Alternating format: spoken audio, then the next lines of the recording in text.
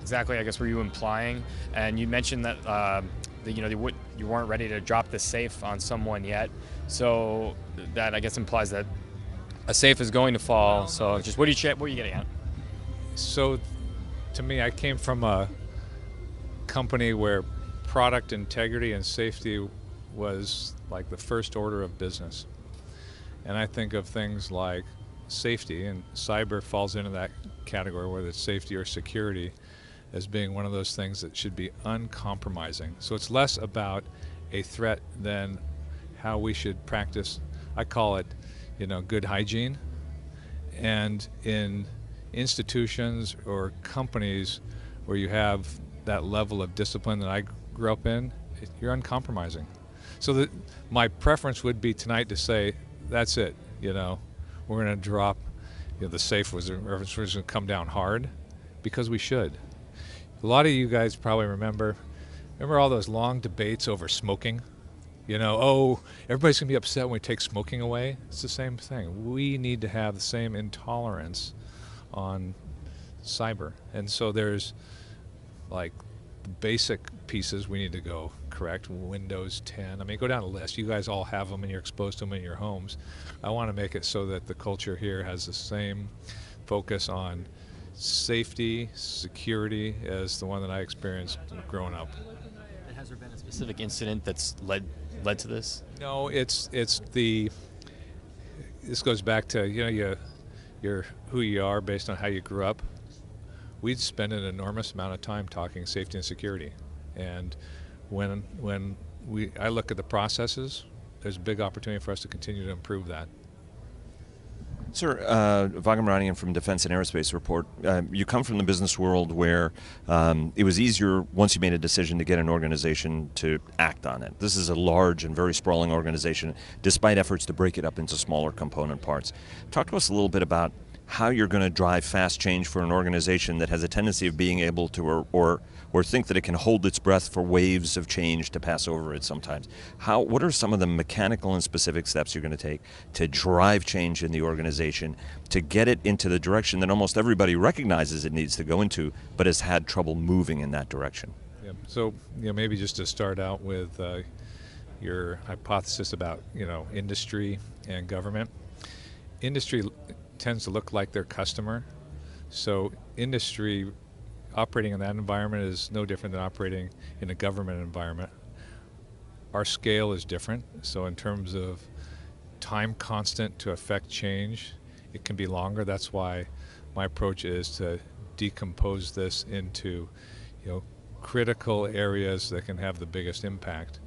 I'd say the biggest difference, and this is what I've learned in industry, is don't chase shiny objects. So it's all about prioritization of the major things that you're going to change. And the terminology that I like to use is practice selectful neglect. So the ability to deconflict priorities, help people understand how to concentrate resources, and then holding folks accountable to results, not to targets, to results. You'd be amazed at how fast an organization can move. I've a lot of confidence that the Pentagon can move as quickly as industry. Thank you. You're welcome. Yes, sir. All right, over in your flank, sir. Sidney Freeberg, Breaking Defense. Hi, Sidney. You mentioned a couple of things that seem to be, a more powerful role for the Joint Staff, which I know Chairman Dunford's been pushing on, and I think that probably ties into the whole shorter deployment timelines too. Could you talk about that aspect, that operational mechanic? Right. So that's why I was saying, I think when I read the National Defense Strategy and the biggest changes, it has to do with how quickly we will deploy forces. And that lends itself to the unpredictable nature of actions. The ability to shorten the flow time to make the decisions and then to reallocate those resources is what dynamic force employment is all about. The work that we're doing is to put the processes and mechanisms in place to do that right away. So the issue won't be, is the whole department working at that level? It's how are we going to scale and what's the pace of growth so that we can do more of that. That's a bigger role for Joint Staff, essentially. Is that how that's going to be streamlined? It's It's a different role for the secretary in terms of probably, I'd call it, the number of resources available for movement or employment. I think the role of the joint staff here is not so much that it's greater, it's more dynamic in terms of how quickly they're able to make those recommendations and how quickly we can move those forces. Sorry. You didn't mention on stage anything. One of your big efforts is commercial cloud over the past couple of months. Any progress on that? I know you guys kind of struck a contract with Eagle Harbor to help facilitate that. And what's the next step, and where are you guys at in that process? So remember on the one slide it talked about restructuring, and at the bottom it says rewire technology. That's really, an example of that is the cloud. The individual contracts aren't as important as the cloud strategy that we're putting in place. So the things that we're working on right now is to get an approach to be able to scale department-wide. And it isn't just about moving to the cloud. If you're going to move to the cloud, then you have to stop doing something that you're doing today. The thing I want to ensure does not happen is that we keep the legacy systems and move to a new environment where we can be more productive. When we talk about cloud is infrastructure. And so what we're trying to do there is, one, make sure that we can capture the benefits. Two, how do we make sure that we can make it competitive long term? You will not find us making a decision to just pick one person. So it's all about maintaining low or no switching costs if you want to move to another provider. That's how we ensure competition. That's how we ensure innovation. And then lastly, the cloud is not our goal. Our goal is to get a lot of the data into an environment where we can start making better decisions. So I'll give you an example of how these things lead to the bigger restructure. Isn't it interesting that I have a comptroller working for me instead of a CFO? I mean, to me, what I want is someone who can tell me not how the money was obligated, but how it was spent and what I received for it. So by creating an environment like the cloud, now I can migrate all the different financial management systems that we have in place today so that I can develop a financial management system for the department. It's back to this, this focus on affordability. When we give people the data about how the department is working, they're on it. That's why when we talk about can you move fast, every time I give anybody good information, they act, and they're so much smarter. They're like, well, now that I have this, I can do X, Y, Z. I meet weekly. We have what's called the Reform Management Group, and they're tigers. These people that are, working on how do we make I'll call it the business or commercial operations more competitive. They're just as big of tigers and aggressive as the ones I've seen in industry.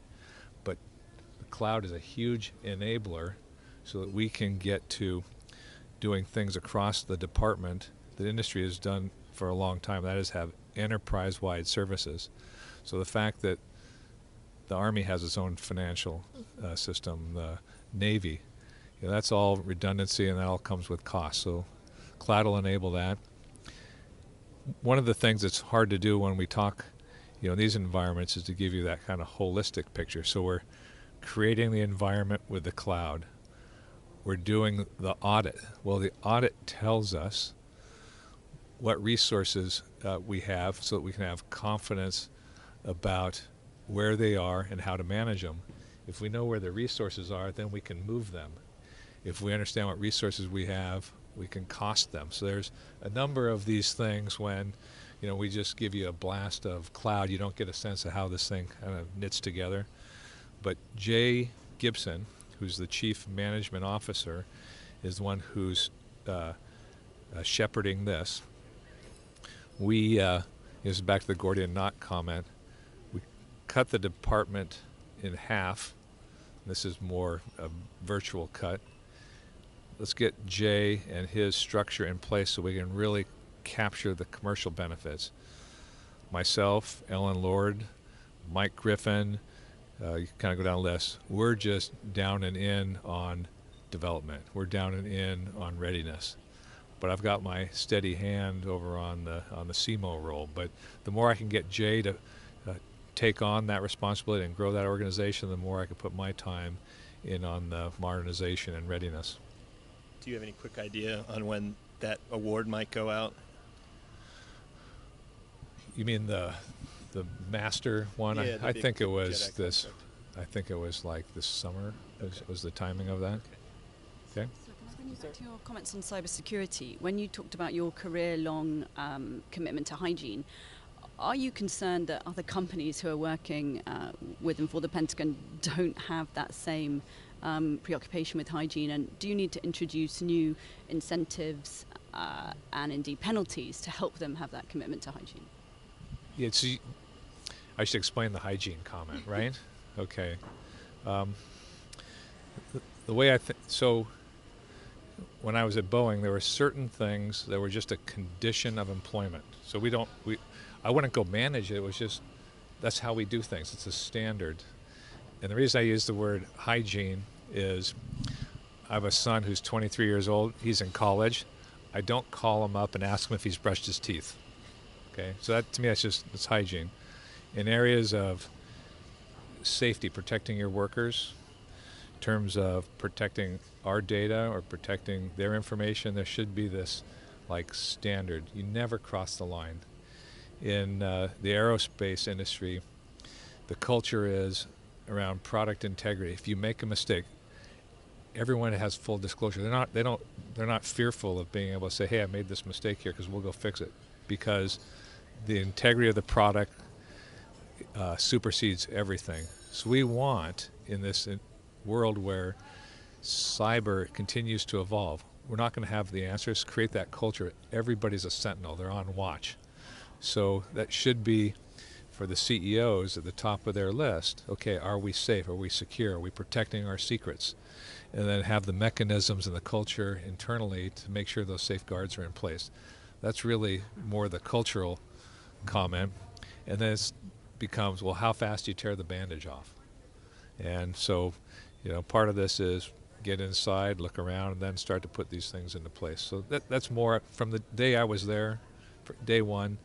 Safety, security, those are things I really want to kind of put a marker to, and it's the cultural side, not the exposure to some particular threat.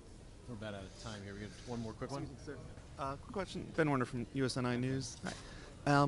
You mentioned you didn't want DoD to be setting the standards. You wanted industry to come with standards. I was wondering if you could talk a little more. I mean, are you looking for industry to basically come forward with products that you didn't know you even needed, or? I think that's the real goal. We have all sorts of latent needs. In a perfect world, they come over and say, "Did you know you could do this?" And then we'd say, "No, but if I do that, then I could do this. I never knew that existed." The problem becomes, as data starts to drive more and more how these systems work, and artificial intelligence becomes a real critical enabler. Having the standards and the ability to integrate all these different systems creates enormous value. When we decide on those standards, we tend to lag. These companies have so many smart people thinking about all of those issues, and then they're looking down the road 10 years. So, if we went to Apple, they'd say, well, we put these features in, the technology doesn't exist, but in 5 years they will, and it'll open up all these other doors. I don't think we have that. We possess that type of skill or that type of thinking. So that's where I'd rather be a good consumer. But industry, I mean, this is where people really need to partner on their own. Recommend those strategies to us, and it also makes their products more valuable. Just going to one person as the integrator is not the way to do business. Okay? All right, appreciate everybody's time. Thanks, all right, everybody. okay.